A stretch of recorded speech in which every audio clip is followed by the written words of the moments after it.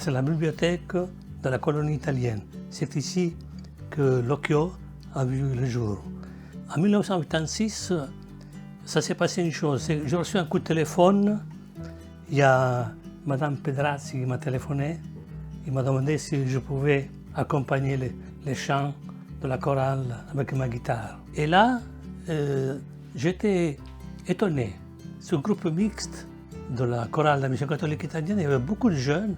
Et petit à petit, on a pensé de former, en plus que l'activité de la chorale, un groupe socioculturel. Et on a pensé de faire quelque chose ensemble. Et on a créé tout de suite un voyage socioculturel de 3 jours à Florence. Pas pour nous, mais ouvert à tous les jeunes du Valais. On était, rappelle-moi, on était une trentaine, Émile, t'es d'accord. Cette expérience enrichissante, il nous a donné l'envie de nous rencontrer, d'aller plus loin. On a dit il faut qu'on en parle entre nous, et quelqu'un a dit pourquoi on ne fait pas une sorte de conférence. À tour de rôle, quelqu'un de nous était conférencier, les autres écoutaient. On avait invité aussi les familles, n'est-ce pas? C'est là que j'ai proposé de faire le journal. D'abord à ton frère, je l'ai rencontré un jour à Sion, puis à Alberto, les autres. C'est que l'expérience des conférences était tellement belle, exceptionnelle, que j'ai eu envie de marquer cet événement en créant un diplôme pour distribuer à chacun. Voici une copie du diplôme. Émile, tu te rappelles? Ouais. C'est les mie prime conferenze, mes premières conférences. C'était ça.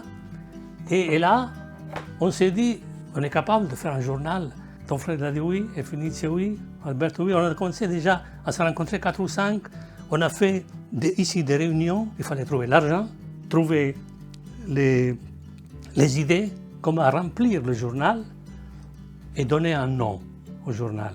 Entre-temps, j'étais invité à monter à une exposition d'un artiste peintre, Mario Tapia, un artiste chilien qui vit à Milan. Il a dû s'enfuir du Chili après le coup d'État. Je lui ai proposé d'exposer quelques tableaux à Sion. Il a accepté. Ici, on a mis une dizaine de tableaux ici, on a fait un petit vernissage. Et c'est là que j'ai pris le courage de demander un cadeau à Mario Tapia. S'il pouvait nous faire le logo, j'ai parlé du journal, évidemment, et l'Occhio, l'œil, c'était le nom du journal. Et alors j'ai demandé, fais-moi un dessin, fais-moi l'œil. Il a accepté, c'est un cadeau d'un artiste, hein, c'est une belle histoire, t'es d'accord? L'été est arrivé, j'étais au sud d'Italie, chez moi, j'ai rencontré ma nièce qui avait fréquenté les Beaux-Arts, et j'ai pensé à elle, j'ai dit, écoute Maria, il faut que tu me fasses la couverture du premier numéro de l'Occhio. J'avais l'idée, j'ai donné l'idée, il me faut Dante et Pinocchio. Cette rencontre un peu, comment est-ce qu'on peut dire, imaginaire, n'est-ce pas? Dante, le père de la langue italienne, et Pinocchio, cette marionnette qui est née de la plume de Carlo Collodi.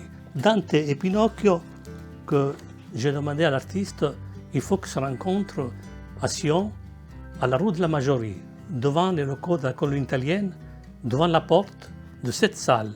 Enfin, c'est vraiment le symbole de l'idée de l'Occhio, c'est que c'était à Sion, mais c'était l'Italie qui arrive à Sion, et puis oui. La culture, la littérature, Exactement. La musique et tout ça. À toi, on t'a donné aussi des interviews archéologiques. Tu as été à Martigny. Oui, j'ai eu des sujets assez intéressants. J'étais allé aux fouilles, c'est la photo qu'on voit là, les fouilles, les découvertes de la cathédrale à Martigny, le centre romain ensuite. On avait interviewé le cardinal Chueri à l'époque, on était allé dans l'évêché, donc il nous a ouvert les portes. Alors moi, je découvrais parce qu'on passait souvent devant, mais on a découvert l'évêché, on a eu...